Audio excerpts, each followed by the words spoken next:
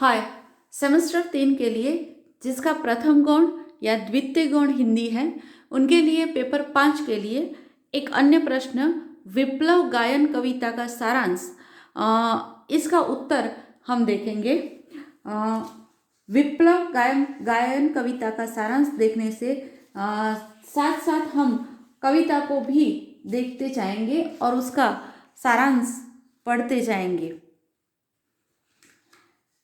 कुछ ऐसी तान सुनाओ जिससे उथल पुथल मच जाए, एक हिलोर इधर से आए, एक हिलोर उधर से आए, सावधान मेरी वीणा में चिनगारियां आन बैठी हैं, टूटी है मिजराबे, अंगुलियां दोनों मेरी ऐठी है। विप्लव गायन कविता की इन पंक्तियों में कवि एक ऐसा गीत गाने की इच्छा व्यक्त कर रहे हैं जो समाज में क्रांति पैदा करे और जिससे परिवर्तन की शुरुआत हो।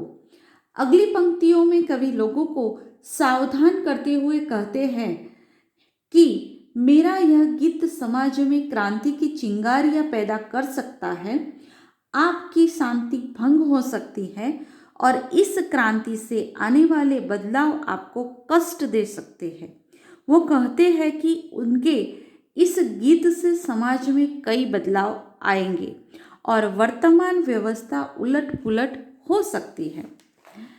कंठ रुका है महानाश का, मारक गीत रुद्ध होता है, आग लगेगी क्षण में, रतन में अब शुद्ध युद्ध होता है, झाड़ और झंखाड़ दग्ध है, इस ज्वलंत गायन के स्वर से रुद्र गीत की क्रुद्र तान है, निकली मेरे अंतरतर से।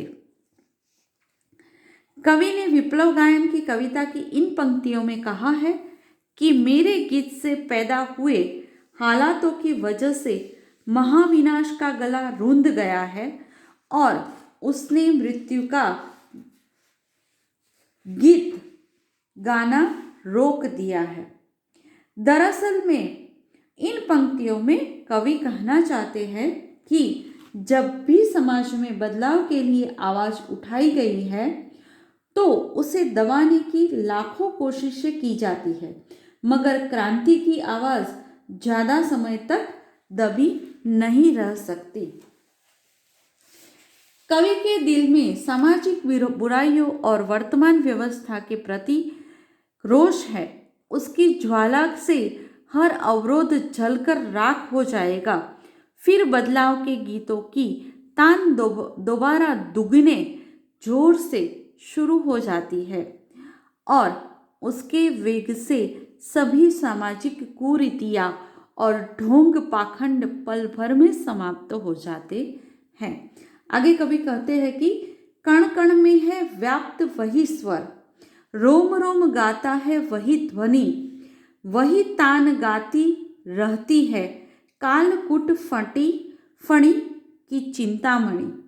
आज देख आया हूँ जीवन के सब राज समझ आया हूँ, भ्रू विलास में महानाश के पोषक सूत्र परख आया हूँ। यहाँ कवि कहते हैं कि संसार के हर एक कण में क्रांति का गीत समाया है, हर दिशा से उसी की प्रतिध्वनि आ रही है।